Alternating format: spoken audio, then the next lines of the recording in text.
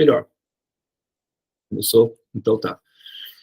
Muito bem, então, eu queria falar só, inicialmente, que a, a egrégora que se forma na hora de se fazer o Jagya Yud, que significa ligar, ou, né, ligar. A palavra religião, ela não é a palavra mais correta do ponto de vista filosófico, porque supõe-se que a religação parte do princípio de que você estava ligado anteriormente, se desligou e agora tem que religar. Então, supostamente, né, o ser, então, se desligou. Essa ideia de religação vem de um conceito antigo, que é um princípio biológico, é uma ideia biológica da relação ou da realização do Supremo. Né? E eu vou mencionar o fato de que o que nós estamos realizando, o que nós fazemos aqui, não é um ato de religião, é um ato, chama-se Jagya, e o conceito é diferente. Tá? Nós vamos conversar, nós vamos falar sobre, continuar falando sobre a personalidade de Sri Chaitanya Mahaprabhu. Tá? E essa personalidade, ela está relacionada com os processos de ascensão da alma. Então, em tese, né, de praxe, nós vamos ter isso como partindo do princípio de que isso se trata de uma religião. Tá? Mas, como eu estou falando, o conceito mais correto é o védico, ele é mais preciso, e o conceito é Jagya. E isso não tem a ver com o fato de que eu estou fazendo uma apologia, né, a detalhes do princípio védico. Isso, né, assim, nós podemos fundamentar essa fala da seguinte forma. Aqueles que já passaram por nós em algumas aulas do tratado, já ouviram falar sobre as fases em que nós passamos a tomar consciência da nossa existência. Né? Nós, primeiramente, tivemos um corpo primitivo, inicial, que era um corpo até relativamente bonitinho, parecia um helicópterozinho. Né? O corpinho de uma espermatozoide é uma cápsula, basicamente como uma navezinha espacial. É uma cápsulazinha e tem uma hélicezinha. Essa hélicezinha gira. E ao girar, impulsiona a cápsula para frente. E esse era o nosso corpo primitivo. Cada um de nós já tivemos esse corpinho. É que a gente não se lembra. A memória fica preservada, né, nos moldes da estrutura do corpo. Então, é uma memória primitiva e nós não temos acesso a essa memória. Não é necessário ter acesso também. Mas, se você fizer uma regressão radical, é que, normalmente, as regressões param quando a pessoa era um feto, um bebê no útero. Mas, se for um pouquinho antes, vai ver que ela era um espermatozoidezinho, vivendo numa comunidade bem grande, de mais ou menos 500 milhões de pessoas. Era um país bem, assim, vamos dizer, povoado, né? Eram 500 milhões de outras pessoas convivendo junto, na mesma horta, vamos dizer, no mesmo jardim, no mesmo ecossistema. E ali estava todo mundo feliz, né? As pessoas se entendiam, havia uma comunicação harmoniosa, não havia crise. Tinha alimentos, bem-estar social, comunicação, afetividade, tinha tudo, estava tudo certo. E todos nós tínhamos um corpinho espermatozoides. Né? E era uma espécie de comunismo, porque todo mundo era muito igual, todo mundo se vestia igual, se comportava igual, então não tinha muitas crises entre nós, porque nós nos reconhecíamos um no outro. Agora é que tem algumas diferenças, mas inicialmente não havia muita diferença entre nós, não. Éramos todos iguais. Uma grande família, 500 milhões de pessoas. Mas, de repente, pura e simplesmente, não mais que de repente, nós fomos expulsas do paraíso. Houve uma catástrofe, né, um apocalipse lá. Começou sabe, assim, a temperatura do ambiente aumentou muito, né, ficou insustentável, efeito estufa, de repente, né? E uma eclosão, uma espécie de explosão aconteceu e nós fomos, explodiram a gente. E não nos informaram nada que, né, tinha algum projeto em andamento. Enfim, nós fomos expulsas do paraíso. Era um paraíso, mas nós fomos expulsas. Olha só, pobrezinha de nós. Mas tudo bem, a vida segue. Porque nós conseguimos sobreviver. Nós sobrevivemos. A nossa família, os nossos parentes, amigos, irmãos, eles não sobreviveram, infelizmente. 499 milhões, talvez 900 mil pessoas que faziam parte da nossa comunidade morreram. E nós fomos os sobreviventes desse apocalipse. Só nós sobrevivemos, os demais todos morreram, tá? Então, mais importante é que nós sobrevivemos. Brindemos a nós, a vida, possuidores da vida. Brindemos. É princípio, meio e fim. Senhores, senhoras, brindemos.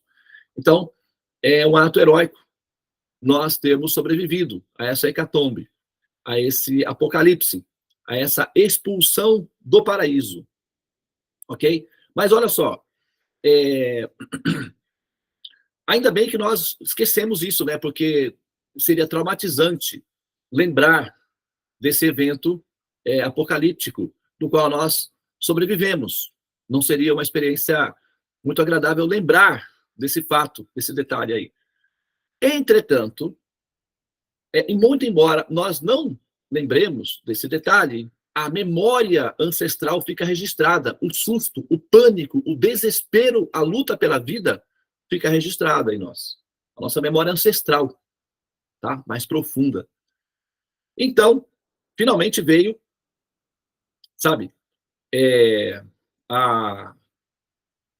conseguimos, então, um outro ambiente semelhante para a gente poder reviver. E foi o útero da nossa mãe. Né? Nós estávamos no útero dos nossos pais, do pai. O útero do pai. O útero inicial é do pai. Tá? Mas o útero masculino, que é uma metáfora, tá? Nós vamos usar outras terminologias. Entretanto, trata-se de um útero. Por quê? Preserva bebês. Só que é nanotecnologia. Cabem aproximadamente 500 milhões de bebezinhos. É um grande berçário convivendo entre si de maneira harmoniosa. Tá?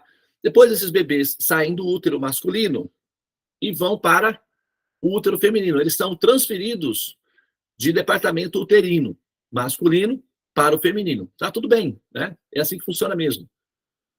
E dentro do útero feminino, nós então conseguimos investimentos, recursos, né, para poder sobreviver.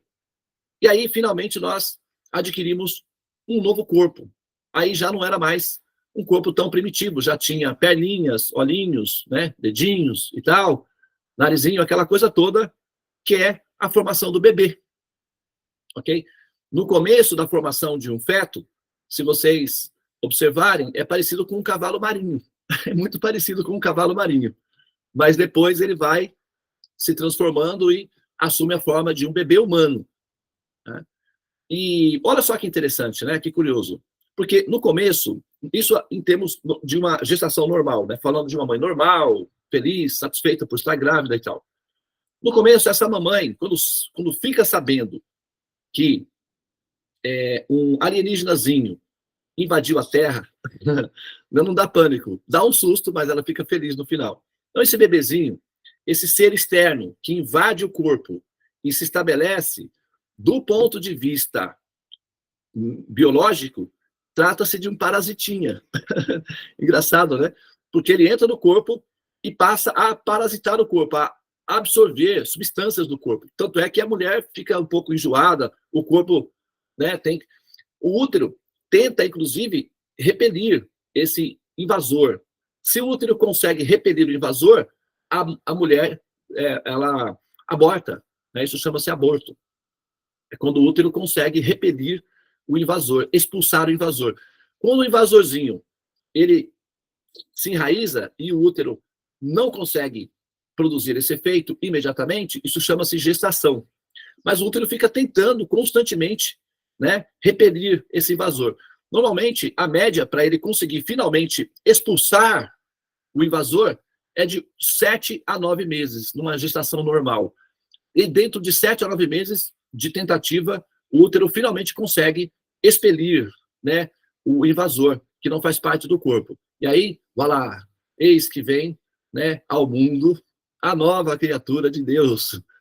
O bebê nasce como resultado de um esforço sincero e determinado do útero de manter o corpo livre de invasões. Então, sai o bebê do corpo. E isso nós chamamos de nascimento. Tecnicamente, eu estou fazendo uma descrição aqui, né, de um outro ângulo, de ponto de vista, de outro ângulo, mas é assim que funciona. Então, nós chamamos isso de felicidade, dar à luz, quando, na verdade, em termos técnicos, o útero finalmente conseguiu expulsar o invasor. Então, trata-se de uma expulsão, do ponto de vista técnico. Por quê? O que acontece? O bebê, a mamãe vai dizer para o bebê o seguinte: ah, filhinho, finalmente você chegou. A mamãe te ama tanto. A mamãe nem sabe como você é, mas a mamãe já te ama muito. Que bom que você está aqui. E olha, deixa eu te contar uma coisa em segredo. Você e eu vamos ser para sempre juntos. Nós sempre ficaremos juntos. Nós nunca vamos nos separar. Nós ficaremos eternamente juntos. Isso a mãe transmite inconscientemente ou até com fala diretamente para a memória rudimentar do bebê. Porque nenhuma mãe pensa: ah, em breve vamos nos separar. Você vai falecer e eu também, e nós vamos nos separar. Isso não entra na pauta? Absolutamente não. A mãe está pensando: nosso relacionamento é eterno. Vamos ficar para sempre juntos. É isso que eu desejo para você e para mim. Essa mensagem é que é enviada para o útero. O bebê é bombardeado com essa mensagem. Tá? E essa mensagem, essa informação, ela vai fazendo parte do processo da construção intelectual, da construção emocional desse bebê que está nascendo. Ok? Então, o bebê passa a acreditar que essa relação é eterna e que, finalmente, agora ele está bem, ele está seguro, ele está abrigado, o perigo passou. Então, o bebê, que é um ser que está em estado de pânico devido ao apocalipse, finalmente relaxa, fala: finalmente acabou, né? O perigo passou. Então, eu vou ficar aqui para sempre, e tá bom aqui, porque tem espaço, né? E eu tenho, né, a mamãe que está cuidando de mim, e nós vamos ficar assim para sempre. Só que o bebê, esse cérebro primitivo, essa memória que começa a ter consciência da própria existência de maneira rudimentar, pensa da seguinte maneira: eu ficarei para sempre aqui, com a mamãe. Então, ele vai pensar dessa forma. Só que, ok, passa 7 meses, 8 meses, a mamãe está cansada, já teve muito enjoo, né? A vida está muito difícil com aquele barrigão, né?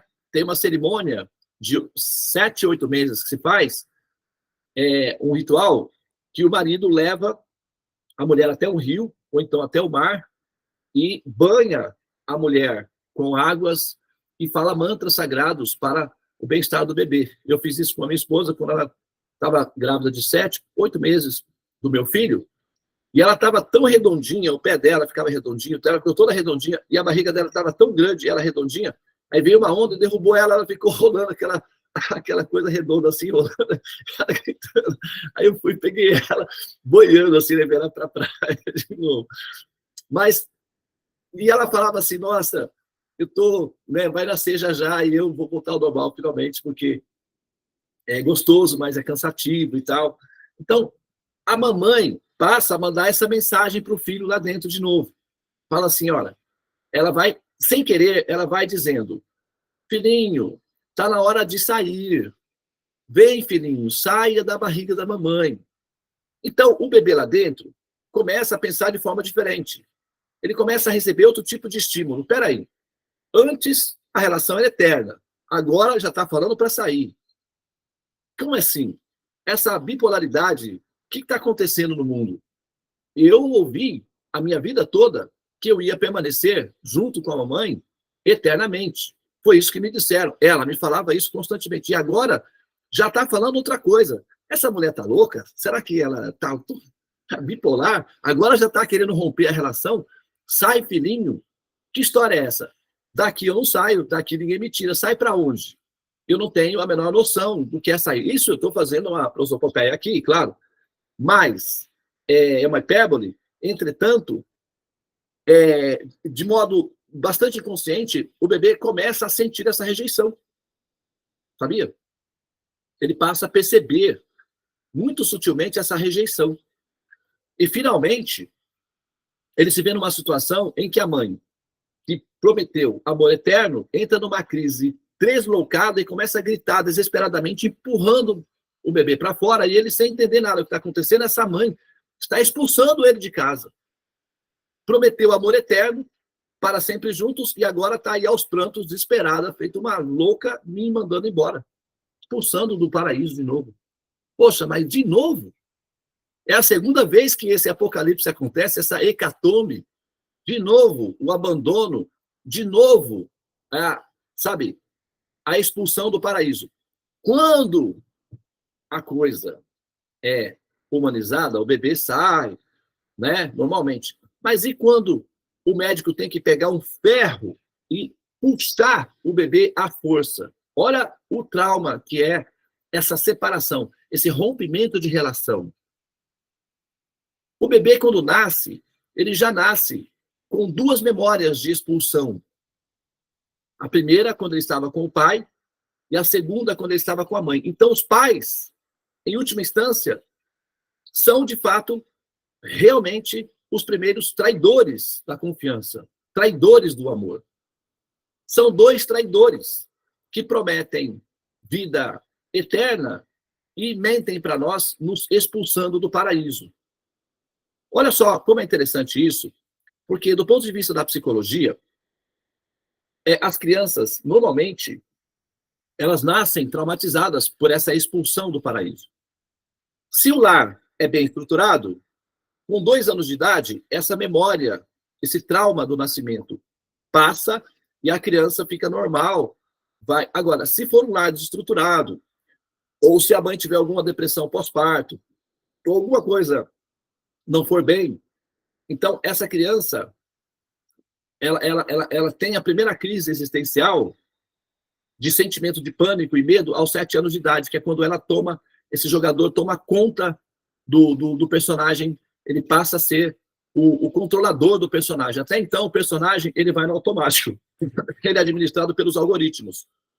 O cérebro está fazendo os downloads dos aplicativos, então ele consegue aprender a ver as cores, os sabores, reconhecer as pessoas. Então, o cérebro está baixando os drivers, que são os aplicativos que vão funcionar no processador, que é o cérebro. Então, até os 7 anos, ele aprende a andar, diferenciar cor, sabor, pessoas, cheiros, perigos. Ele consegue fazer, né? O cérebro o equipamento fica formatado entre 6 e 7 anos por completo e ele é entregue nas mãos do jogador a partir dessa idade. E quando o jogador percebe que é dono, que está no controle do equipamento, então dá aquele pânico, porque ele percebe que existe. É o primeiro momento em que o ser percebe literalmente que existe. Ele está consciente que existe e está no domínio da máquina, que é o personagem que ele vai viver, o corpo. Então, dá um choque de existência. E esse choque de existência vem acompanhado dos 2 traumas de expulsão do paraíso, que é o medo, né, enfim, o pânico, que é o medo do rompimento, da morte em si. Né? Eu vi que no Krishna Lila teve uma discussão muito interessante essa semana, acompanhei a respeito do tema da morte e tal, então eu quis trazer aí para realçar esse assunto, essa epopeia humana aí, para a gente contribuir com esse fato também, tá? Então, olha só, esse medo, essa crise, acontece inicialmente aos 7 anos, que é quando o jogador toma conta do equipamento por completo. O equipamento é entregue, formatado para o jogador. Então, o cérebro está funcional, o processador central está, né? E ele vai, então, fazer novos downloads, ele vai incrementar esse equipamento de acordo com a experiência dele, de acordo com a habilidade dele como jogador. Mas dá o primeiro medo. Então, se ele teve um lar desestruturado na primeira infância, então o primeiro pânico, o primeiro desespero se dá aos 7 anos de idade. É muito comum. Não é muito comum, mas acontece com muita frequência crianças, a partir desse período, desenvolver autismos, vários tipos de doenças autoimunes, algumas crianças entre 9 e 10 anos, até 11 anos, cometem suicídios, né? Ou ela simplesmente é uma fase crítica em que muitas crianças morrem. Tá? Isso tem uma raiz, principalmente, nesse pânico de existir, que é quando o ser toma conta da existência e tem as lembranças ancestrais do processo que é a destruição da paz, da felicidade. Então, ela está num campo de batalha, que a qualquer momento uma bomba pode cair e destruir tudo, todos os sonhos, acabar com a vida dela e tal.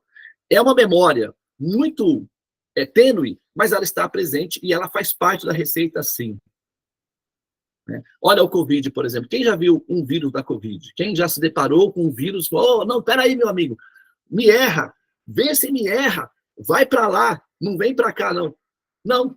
O vírus, ele é pequenininho de nada, você nem vê. Mas, olha só o efeito que ele causa. Então, embora muito pequeno, causa um efeito devastador.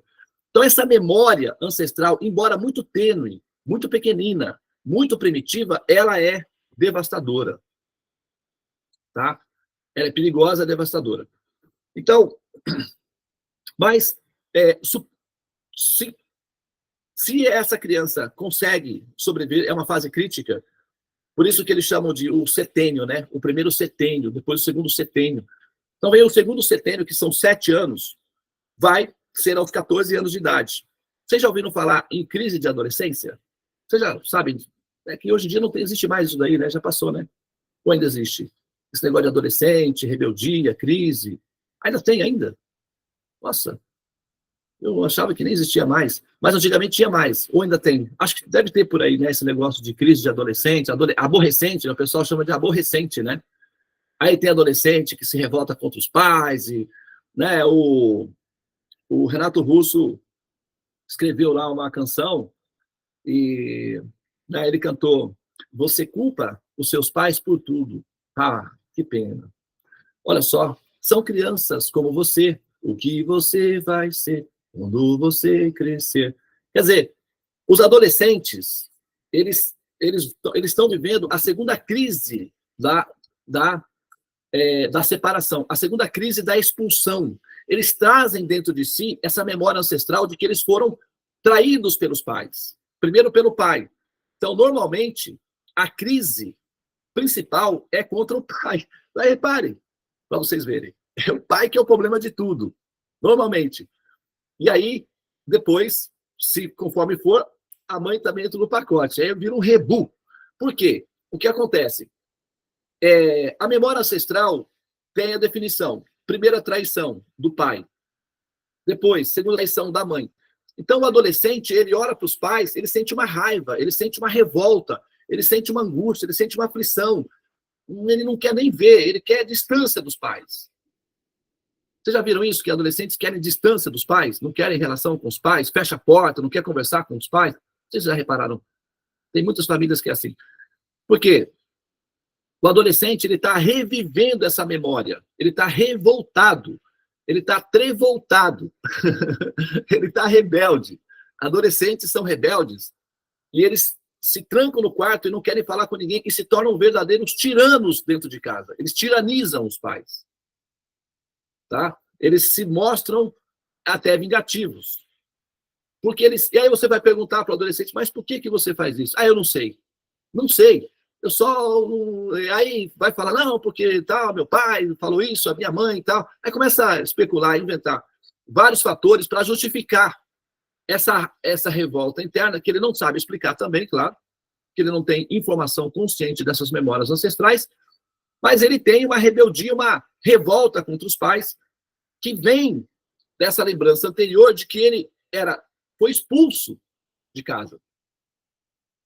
Né? Então, muitos adolescentes, antes que os pais o expulsem de casa de novo, eles mesmos já se auto-expulsam, eles vão embora de casa. É bem comum. Né? Eu quero ir embora, quero sumir e tal. Ele fica com esse desejo, porque ele já sabe que vai ser expulso, ele já tem essa desconfiança, que ele já foi expulso antes, ele já tem uma revolta. Então, ele não quer relação. Então, essa fase da adolescência é complicada porque é a segunda, é a revivência dessa memória anterior. Vocês entendem isso? Dá para, né, compreender? Agora, um dos motivos principais pelos quais os adolescentes são conhecidos por serem adolescentes, revoltados, rebeldes, reativos, hipersensíveis, melindrosos, vitimistas, é uma característica. A gente sabe que passa, então a gente tolera. Vai ao psicólogo e não sei o quê, e conversa e tal, e a criança não quer ir para a escola, e sabe... E é onde, dos 14 aos 21, é o período em que eles aprendem a usar drogas. É o período em que eles aprendem a beber, a fumar, a usar drogas. E é o período em que eles aprendem também que eles têm a autoridade e eles têm o poder de cometer suicídios. Porque eles podem destruir o próprio corpo e acabar logo com essa aflição da existência. Porque ele está vivendo a terceira etapa. Imagina que você está na sua casa e aí tem uma noite, começa a soltar bomba na sua cidade. Está em guerra, né? Aí você consegue sobreviver. Aí na segunda noite, mais bomba. Aí na terceira noite vem mais bomba. A pessoa sai para a rua e fica esperando que uma bomba caia sobre ela para acabar essa aflição constante, esse pânico constante de ser atacado constantemente. Então é muito comum que os jovens, nessa fase, se tornem viciados em drogas ou que, sabe, eventualmente também vão ao extremo de eliminar a própria vida. É muito comum. A não ser que eles encontrem motivos para viver. E é por isso que nessa fase, as pessoas, ou nós, procuramos tão imensamente, tão intensamente o amor. Porque o amor dá motivo para viver e apaga todos esses traumas da nossa existência. Então, quando acontece um amor, finalmente, agora a vida faz sentido. Né? Então, as pessoas conseguem sobreviver às hecatombes quando encontram outras pessoas que elas possam curtir e tal, e amar, etc. E isso dá um ressignificado para a vida. Faz parte do jogo, mas esse ser, ele está em crise, com receio, né? Ele traz dentro de si um medo, que é a expulsão do paraíso. Continuamente, isso está fazendo parte da receita da psique dele. Lá na frente, ele vai desenvolver, ou já está desenvolvendo, né, a partir dos 14, já começa a ter percepção da depressão. Né? O hábito de fumar, por exemplo, é em si depressão. Daí, vai indo, essa depressão vai andando, e pode ser que lá na frente a pessoa desenvolva também as síndromes que nós conhecemos, como, né, a síndrome de pânico, desprofissionalização e tal, todo esse processo que a gente está vendo aí, que vem de lá do início. A pessoa vai, e finalmente, na fase, quando ela consegue vencer todas essas pressões internas, ela chega na maioridade e na parte mais, né, na parte mais alta da vida humana, e essa fase é caracterizada pela solidão, pelo medo do abandono, novamente. Os pais sentem medo de que os filhos vão levar eles para um asilo, ou os filhos têm muita coisa para fazer e os pais ficam abandonados. Então, assim, não é evidentemente predominante, mas é uma característica do período, que é a solidão, o abandono. Então, volta novamente a reviver essa memória do abandono. Por quê? Ela será novamente expulsa desse útero em que ela está vivendo. Então, são 3 úteros. O masculino, que é o pai, o útero da mãe, e o útero de Deus, que é a mãe universal, a mãe natureza, que é esse útero que nós estamos vivendo agora. É o planetinha Terra, né? Se vocês repararem, é semelhante a um óvulozinho, fecundado, né, por nós. A gente anda para lá e para cá, estamos dentro desse útero se desenvolvendo. Mas esse útero também é transitório. Nós deveremos sair desse útero. Então, a convivência com o diagnóstico de que nós seremos expulsa desse útero, e aí, dentro desse útero, ele é maior, né? Ele sempre fica maior, o útero masculino é pequenininho, O útero feminino é um pouquinho maior, o útero da mãe natureza é bem maior, tem mais espaço, dá para, sabe, viajar de avião, asa delta, pular de paraquedas, dá para mergulhar no mar, correr, subir montanha, andar de bicicleta, motocross, várias coisas dá para fazer. Então é espaçoso. A gente se acostuma. Ah, tá bom aqui, vai, vamos ficar por aqui mesmo. Mas aí o que acontece? Não pode ficar, daqui a pouco tem que sair. E conviver com esse diagnóstico é algo muito frustrante e decepcionante. Nós começamos a ficar revoltados com a existência, revoltados. Daí agora a nossa revolta, que é quando a gente entra na crise existencial, os pais pobrezinhos, a gente entende que eles são só, sabe, não tem nada a ver, eles não dão conta nem deles. O que se dizer dá conta de nós também. É um peso muito grande sobre eles. Então larga eles para lá, deixa eles com os problemas deles lá, vamos cuidar do nosso problema. Nosso problema agora é quem? É Deus. Porque a gente está nesse útero aqui, e essa história aí, sabe, de criar as pessoas e tal, e assim, depois matar todo mundo com um dilúvio, essa coisa muito esquisita, e dá uma revolta contra, entendeu? Essa pessoa aí. E aí vem a terceira grande revolta, que é a revolta contra o Criador. É por isso que já ouviram falar em almas rebeldes, a rebelião no céu, as almas ficaram rebeldes e tal, aí foram expulsas do paraíso. Quem já ouviu falar nisso daí? Alguém já conhece a história de expulso do paraíso? Tem um livro chamado O Paraíso Perdido, de um filósofo chamado Milton. Não sei se é Milton ou John Dalton Milton. Ele é um filósofo inglês.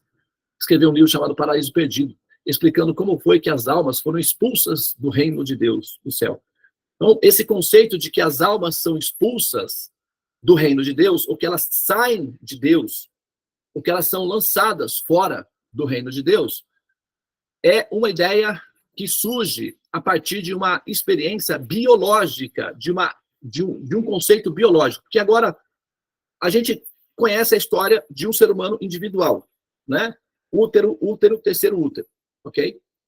E a gente sabe que os processos indicam sempre uma expulsão.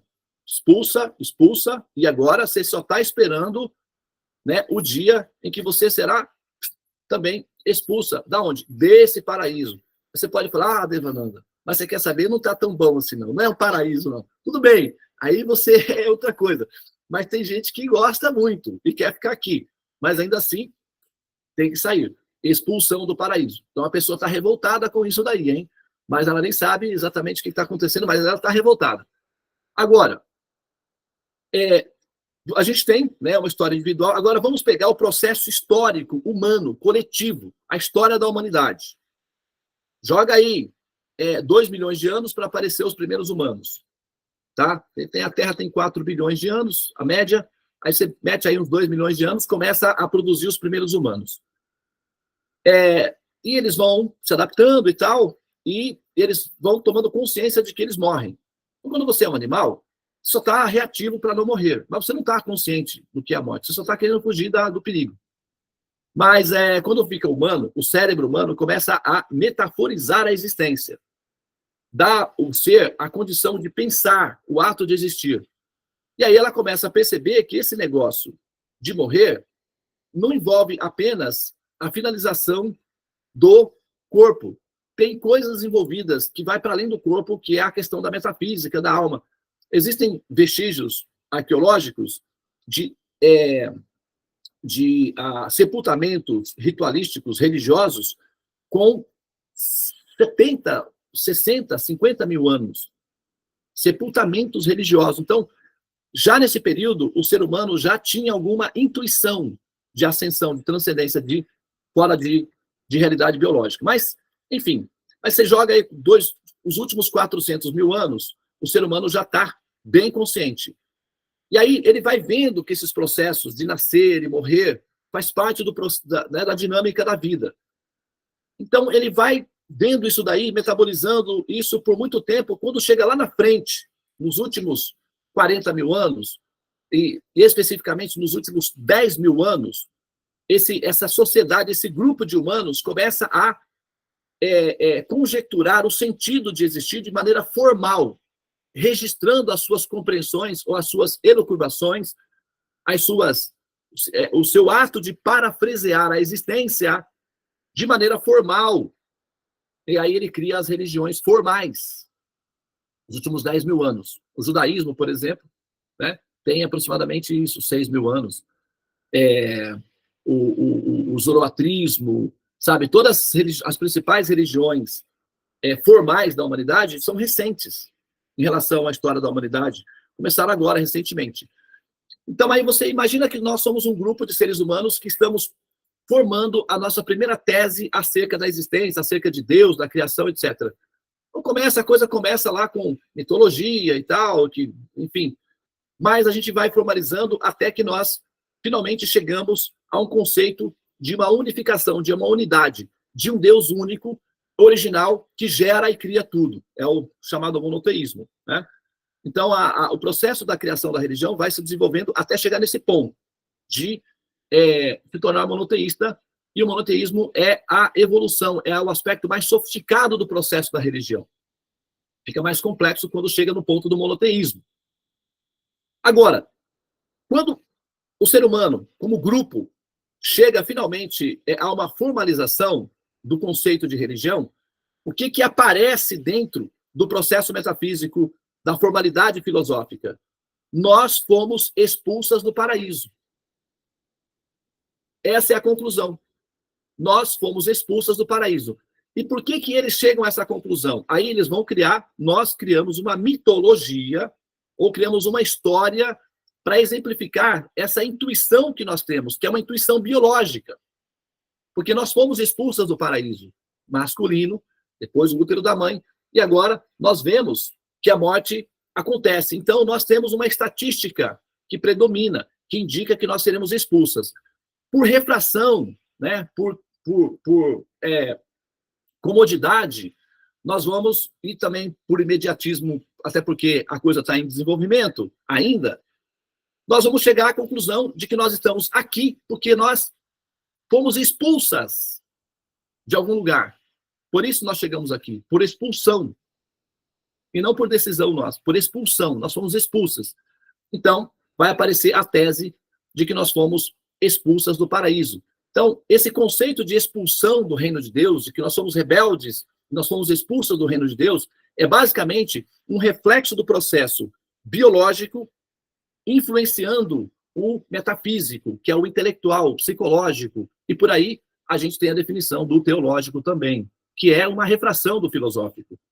Então, o inconsciente humano vai gerar uma teoria com base na expulsão, e por conta disso, ele vai criar um novo conceito que é sofisticado, para além da expulsão do paraíso, que é o termo de religare, ou religação. Então, qual é o conceito da religação? Você é alma rebelde, que foi expulsa do paraíso, agora precisa fazer as pazes, refazer a sua amizade com o Criador, porque você cometeu um ato ilegal e, sabe, foi expulsa do paraíso. Daí, toda vez que você fala religião, você está dizendo, eu fui expulsa do paraíso. E essa é uma teoria, tá? Que ela não está muito bem, vamos dizer, esclarecida, e a revisão dessa teoria vai indicar que ela pode estar inconsistente, ou seja, que ela pode não proceder, principalmente porque nós temos uma influência biológica no conceito teológico. Então, pode ser que não haja necessidade de uma religação, que essa ligação, essa religação, ela não proceda do ponto de vista conceitual. Porque para haver uma religação, você deveria estar primeiramente ligado e depois ser desligado. Como, por exemplo, na forma de espermatozoide, você está ligado ao útero, aí você é expulsa. Na forma do útero feminino, do útero maternal, você está ligado ao útero pelo cordão umbilical. Aí eles cortam o cordão e te expulsam, te jogam lá fora.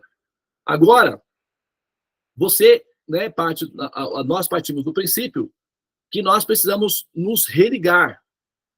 E essa ideia do retorno, ela é fundamentada nessa memória ancestral de que nós fomos expulsas do paraíso. E os conceitos de que nós fomos expulsas do paraíso são fundamentadas ou motivadas por esse processo biológico, porque é muito natural nós criarmos conceitos acerca da transcendência partindo da observação do natural. Então é até compreensível, não é uma condenação Eu não estou fazendo uma crítica condenando, tá? Esse procedimento que ele funciona para muitas pessoas e vai continuar funcionando por algum tempo. Porém, se nós temos a liberdade de analisar a situação, nós podemos ver claramente que tem uma influência biológica sobre o processo psicológico do ser, em função desse pânico, desse choque da existência que é a expulsão nos diferentes paraísos. Tá? Então, como o conhecimento védico ele é assim, mais bem fundamentado, ele é mais bem elaborado, então você nunca vai ver a palavra religião no conceito védico. Você vai procurar onde está, não tem. Poxa, mas então não tem religião? Pois é, não tem, olha só, que coisa curiosa. Como é que pode isso, né? Não tem religião. Você não vai encontrar o termo religião em nenhum texto védico. Você vai encontrar o termo jagya, ou você vai encontrar o termo moksha. Moksha significa liberação. E jagya significa união, não reunião, significa união. Tá? Então, o termo moksha significa sair, superar, ascender, ele é mais compatível com o processo biológico. Por quê? Você tem um corpinho de espermatozoide inicial, agora você olha no espelho, você tem um corpo mais bem formado. Se perguntar, você quer trocar? Você lembra aqueles programas do Silvio Santos? Eu não sei. O Silvio Santos partiu recentemente, né?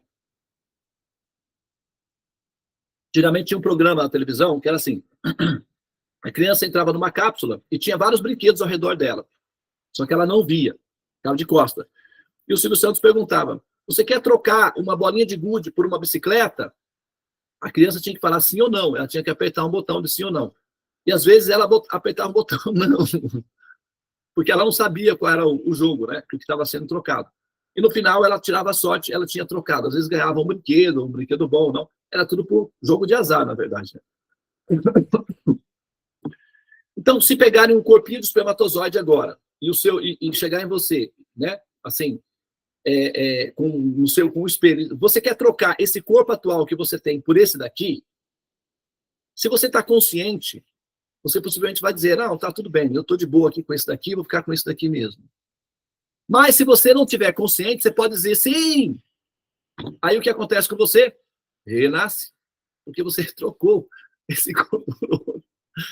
Você tem que estar consciente de que esse processo ele acontece, ele é cíclico. Então você tem que decidir conscientemente pelas novas formas. Mas esse mundo inferior, esse mundo primitivo, esse mundo ancestral da vida como um espermatozoide, ampliou quando nós aceitamos, como nós fomos aceitas no útero feminino, que o espaço era maior. Olha, nosso corpo ficou muito mais complexo, mais versátil, etc. Ficou bem melhor, né? Enfim, nós adquirimos um novo corpo. Então, nós saímos do útero. Do útero masculino para o útero feminino também há uma expansão de espaço. O espaço fica maior, é mais confortável, né? Daí, quando nós saímos do útero feminino e caímos no útero da mãe natureza, que é o planeta Terra, nossa, ficou mais espaçoso, ficou mais variado, tem até borboleta voando por aí. Então, quer dizer, a coisa aumentou bastante. Tem outras pessoas também que até falam e se comunicam. Então, quer dizer, aumentou a variedade, ficou melhor o prazer, né? Então, a gente vê que, saindo de um ponto primitivo, o processo é progressivo e a cada vez que nós assumimos um novo útero, parece que aumenta a dimensão. Né? A estatística demonstra que a dimensão aumenta.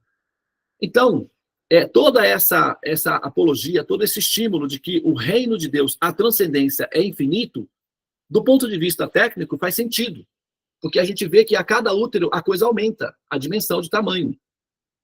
Logo, é natural que esse próximo, vamos dizer assim, ambiente seja mais variado, seja mais perfeito, mais complexo e, por que não, muito grande a ponto de ser entendido como infinito. Ok? Agora, quando a gente tem, tá, esse procedimento, nós entendemos que sempre ocorre uma liberação desse ser. Esse ser sai de uma cela, vamos supor, imagina que é uma prisão. O ser sai da solitária, que é uma cela pequena, e passa para uma cela mais ampla. Daí ele passa a ser um regime em liberdade. Ele não pode sair da cidade, mas ele já tem espaço maior. E, de repente, ele ganha liberdade total e pode viajar até para outro país. Então, ocorre sempre uma emancipação desse ser. Ele aumenta a liberdade. Então, a palavra moksha, ou liberação, é muito mais compatível, porque esse ser vai se liberando gradualmente de condições de vidas inferiores para condições de vida superiores. Então, ele vai se liberando. Né? E isso chama-se moksha. Então, em termos védicos, quando nós queremos falar o que nós estamos fazendo aqui, se você vai entender esse processo nosso como sendo uma religião, você não vai conseguir ter a precisão de conclusão que você pode ter caso você use o conceito de moksha. Então, o que nós fazemos aqui é um exercício que é o que se chama de sadhana. O nosso sadhana tem a ver com os processos de alcançar um estágio de moksha, ou seja, liberação. Então, o conceito de religião não é exatamente o conceito que nós utilizamos, porque nós não estamos nos religando, nós estamos nos ligando. Então, nunca houve uma ligação consciente. Ok? Nós estamos nos conectando com o absoluto, inicialmente. Não é que nós estávamos lá, conscientes, ficamos entediadas ou chateadas com a existência, criamos confusão, né? E fomos expulsas do paraíso. Isso é uma teoria. Ok? E é uma teoria muito inconsistente, inclusive. O conceito de ligação é muito mais perfeito. Tá? Yud, que significa ligar-se, não é religar-se. Yud, ou de yoga, como a gente pratica, bhakti yoga, ligar-se, bhakti, amor. Ligar-se ao absoluto por amor. Agora, entender os porquês da criação, de por que tem que haver a humanidade, então esse é um assunto à parte, que até pode ser desenvolvido, não aqui agora, mas é só para vocês terem uma ideia de que o que nós fazemos aqui chama-se Jagya. Jagya vem da raiz Yud, Jagya, Jnana, que significa conhecimento.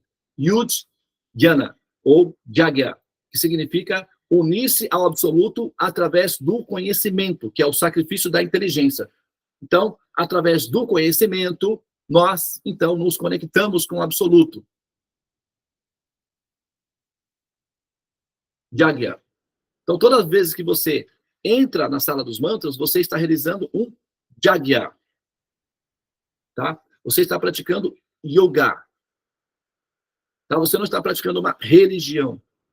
Tem a conotação, parece com religião, mas o conceito védico é diferente. Não vai partir do princípio de que você renunciou ou que você foi expulsa do paraíso. Tá? Os conceitos são diferentes. E aí a gente está tentando explicar como é que funciona o processo da alma aparecer nesse plano aqui. Para isso nós temos o tratado. Aqui eu faço pequenas imersões para estimular vocês a se interessarem por conhecimentos, que está além da religião. Transferir para a religião, para a prática religiosa, para os rituais religiosos, a responsabilidade de dar conta da sua existência, filhinhas, vai por mim, costuma não dar certo, tá? Eu sinto muito, viu? Tanto é que quando vocês ficam um pouquinho assustadas com problemas, vocês entram em pânico. Significa o quê? Que não dá certo. Tá? Então, Jagya, ou união com o absoluto, costuma funcionar muito melhor. Porque você, nos momentos de dificuldade, você sabe como se conectar. Você não está atirando para o espaço vazio. Você não está jogando com a sorte.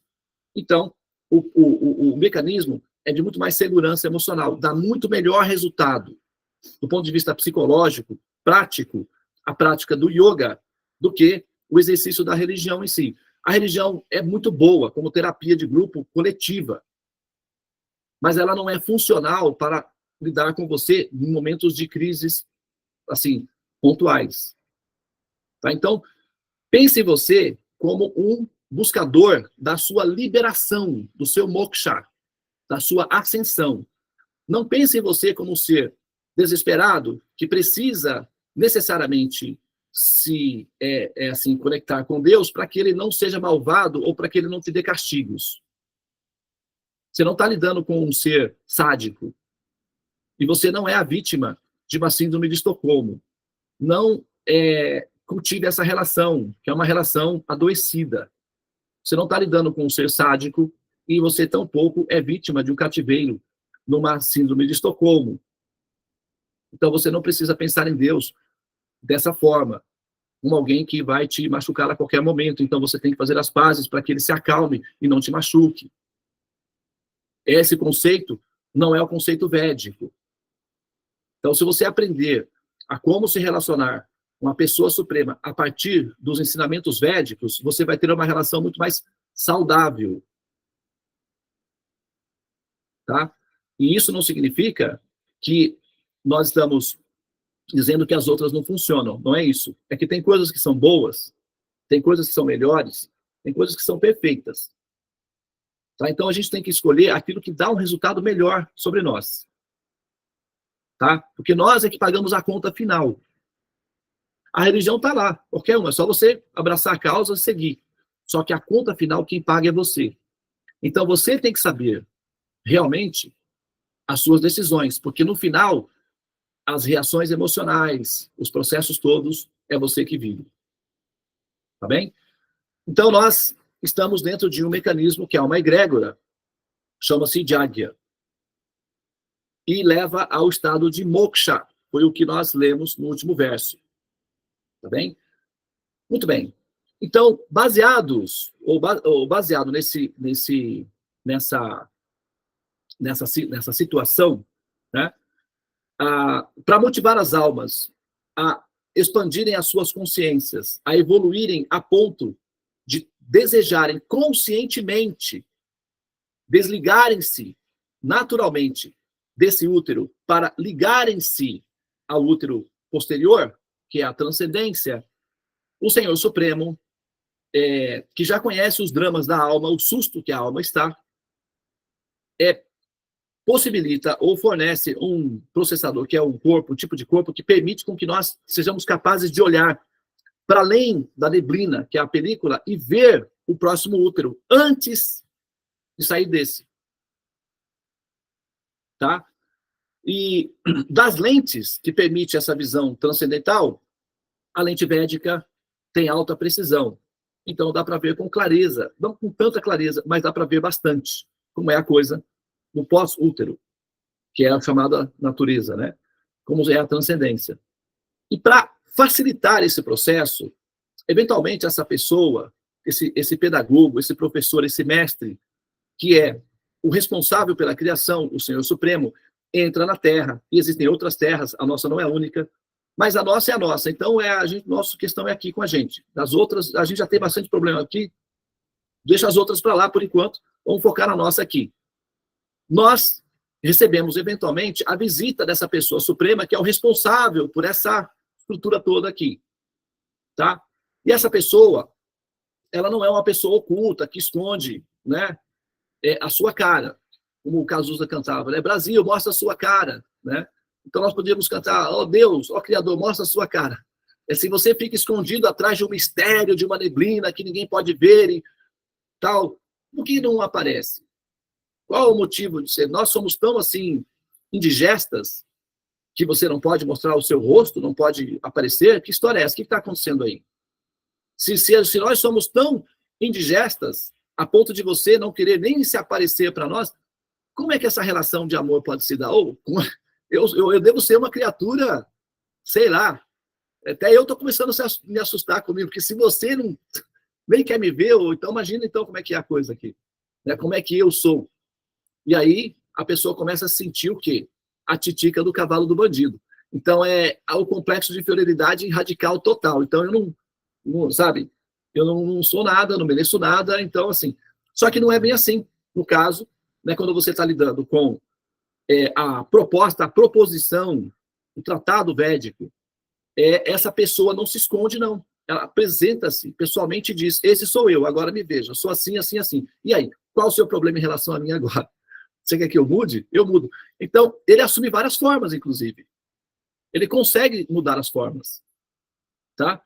E a forma Krishna é uma dessas formas que essa pessoa assume para interação com a humanidade. E mais cedo ou mais tarde, a humanidade fica sabendo disso. 5.000 anos atrás, Krishna apareceu. Do ponto de vista das eras geológicas, 5.000 anos, nós somos contemporâneos de Krishna. 5.000 anos é tipo um bebê. Ele está presente, dá para quase sentir o perfume de Krishna. Porque 5.000 anos, do ponto de vista das eras, é como se fosse 5 minutos atrás. Então, nós somos contemporâneos de Krishna. Só que, na questão da nossa diferença, é que o nosso processador, ele calcula o tempo de maneira em câmera lenta. Então, o tempo se fica extenso. Para corrigir esse problema da lentidão do processador, para a calibragem que ele funciona bem, então, essa pessoa vai aparecendo constantemente para além disso daí. E, recentemente, essa pessoa suprema aparece, então, sob a forma de Sri Chaitanya Mahaprabhu, que é a forma que nós estamos elaborando ou conjecturando aqui. Se vocês perceberam, nós estamos com a Sala dos Mantras há quase 4 anos. Vocês sabem, nós estamos com a Sala dos Mantras há quase 4 anos. E foi preciso 4 anos de elaboração, de preparação, de conjecturação, de maturação, até que nós pudéssemos falar sobre Chaitanya, para ser de uma forma consciente. Né? Então, nós estamos falando sobre ele agora, porque tem um pouco mais de condição para que vocês possam compreender essa pessoa do ponto de vista metafísico ou transcendente. Senão, é só mais um santo desconhecido, como o Padre Cícero, né? Como, sabe, São Jerônimo e tal. Aí vai cair aí. E isso é um desperdício, assim, de conceito. Então, Chaitanya Mahaprabhu, ele precisa ser lido, ou ele precisa ser visto, ele precisa ser olhado com uma lente dimensional que corresponda com a natureza dessa personalidade, para que não seja um cálculo inapropriado e nós percamos a oportunidade de estudar a mente desse ser, que é Sri Chaitanya, uma expansão pessoal diretamente da autoridade superior que nós conhecemos como Deus. Tá? E Sri Chaitanya Mahaprabhu, ele deixou escrito pessoalmente apenas 8 versos. Tá? 8 versos. Por que 8 versos? Né? Podia ser 12, 32, 4. Mas por que essa pessoa decide escrever apenas 8? É interessante, né, que na astrologia, a casa 8 indica os karmas. O 8 representa o ciclo de repetidos nascimentos e mortes. Então, se eu sou um pedagogo e eu quero colocar ícones que levem o ser da morte até a liberação do processo de nascer e renascer, eu usaria 8 ícones para essa função. Então faz sentido. Do ponto de vista técnico, 8 versos é o suficiente para colocar o ser para fora do ciclo de Sansara. Procede?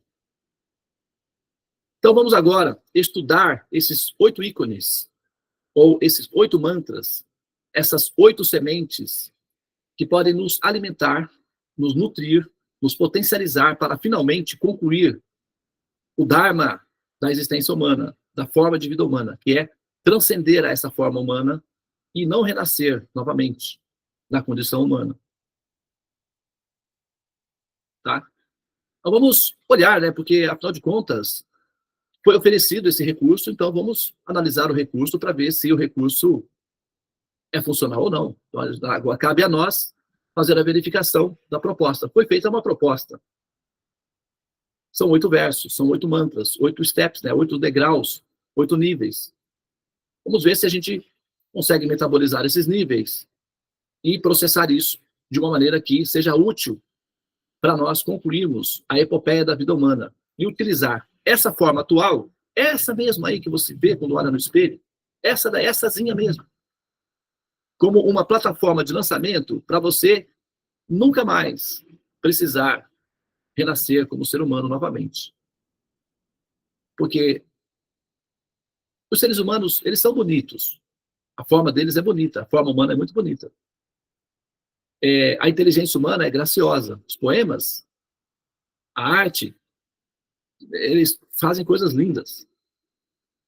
Entretanto, se dissolvem. E isso é muito triste. Então, o ideal é que esse ser capaz de ser um artista, de produzir poemas lindos, de produzir amor, esteja num ambiente equivalente à natureza dele. Para que não haja essa tristeza, essa decepção da dissolução. E isso só é possível com emancipação. E essa emancipação só é possível com educação. Todo país que investe em educação se desenvolve.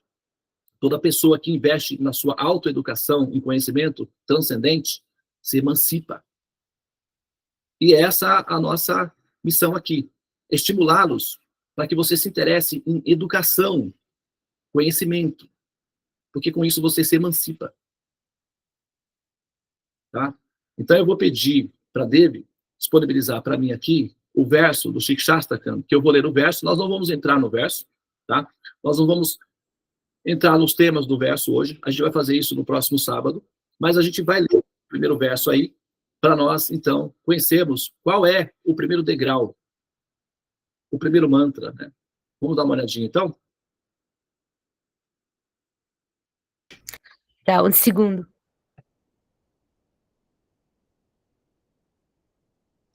Eu acho que eu mesmo posso fazer aqui, viu?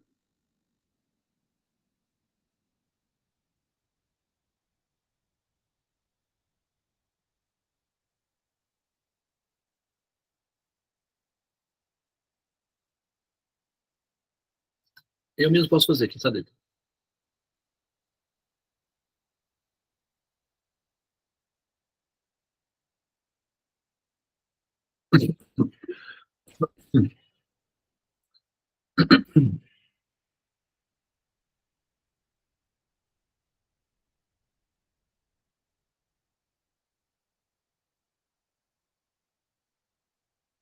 Muito bem.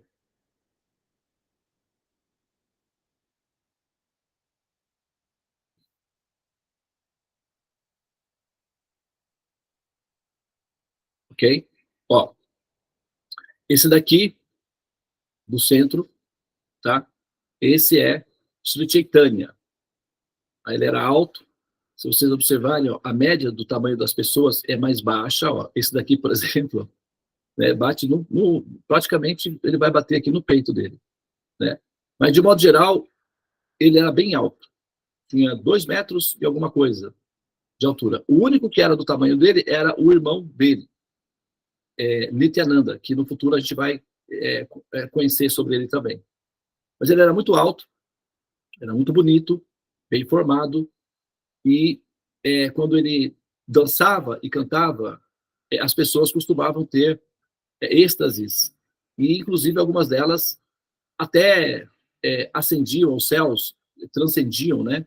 Literalmente, abandonando o corpo durante os processos de cantar o Mahamantra e iam diretamente para a transcendência, devido ao estado intenso de êxtase que elas experimentavam no contato pessoal com essa pessoa, Sri Chaitanya, tá? E aqui está o primeiro verso que nós vamos estudar semana que vem. Vocês estão vendo aí o verso na íntegra? Olá? Sim, sim, dá para ver. Dá para ver? Muito bem. Então, eu vou ler o verso aqui, tá? Chetodarpa namarjanam bhava mahada vagnini vapanam Shreya Kairava Chandrika Vitaranam Vijava Dujivanam Anandham Buddhivadanam Prachipadanam Punamrita Swadanam Sarvatmanisa Panam Param Vijayate Shri Krishna Sankirtanam Shri Krishna Sankirtanam. Tá? Então, esse vai ser, então, o mantra que nós vamos estudar, nós vamos analisar juntos na próxima semana. Tá? Vamos, na verdade, essa é uma peça de um quebra-cabeças, né? É como montar no quebra-cabeças, tá bom? Então a gente tem que pegar essa peça aí, é a primeira peça do quebra-cabeça, e olhar para saber o que ela está querendo dizer, qual é a pista que está disponível aí. Então, a gente precisa decodificar essa criptografia. É uma criptografia. É como se fosse um enigma. E nós precisamos desvendar esse primeiro enigma aí. Tá? Então, a gente vai, então, desvendando os enigmas gradualmente. E na medida em que nós temos as 8 peças decodificadas ou racionalizadas na mesa, a gente junta elas para ver o que dá. E quem sabe com isso a gente não tem aí um mapa, né? Afinal de contas, para caçadores de tesouros, o mapa é bem interessante. E para buscadores do absoluto ou do infinito, como é a nossa proposta aqui, ter um mapa metafísico pode ser útil. Bom, já que foi oferecido, por que não verificar? É isso que a gente vai fazer a partir de então, tá bem? Muito bem, eu vou parar por aqui, tá? Nós vamos então agora finalizar, concluir o nosso sadhana, ok? Com o Mahamantra, eu vou pedir que vocês então, por favor, relaxem por um minuto.